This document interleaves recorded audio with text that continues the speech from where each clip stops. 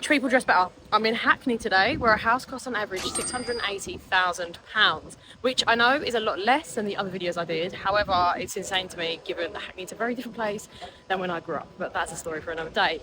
I find the charity shops very hit and miss here, so I'm going to take you with me and we're going to see what we can find. Once you've got past the beacon of gentrification, which is Gales, Hackney's decent because it's got like 4 charity shops that are all quite close together, and I'm going to take you through from the worst to the best stuff that I found. Starting off with the worst thing I found all day, and I can't even blame the charity shop for this one, it's just whichever scruff donated their shoes whilst they were this muddy. It's so rude to the charity shop. I really think people need to be more considerate of what they're donating to the charity shop, because it's not your bin, it's not just a place to get rid of any crap that you don't want. The thing is with Hackney is you'd think with a bunch of like trendy cool people living in the area you'd get loads of cool clothes in the shop, and to be honest you do get some decent stuff, and I find the pricing okay, but the problem with there being so many trendy cool people is that I feel like the stuff gets swiped up quickly, which is why it's so hit and miss. On this occasion, I'd say I had more hits than misses. Like, it was proper decent today. However, it's definitely not always the case. Surprisingly, my favourite shop in Hackney is actually Paper Dress Vintage. And usually I don't love a vintage shop because they bump up the prices for stuff that's not actually vintage. But the stuff in here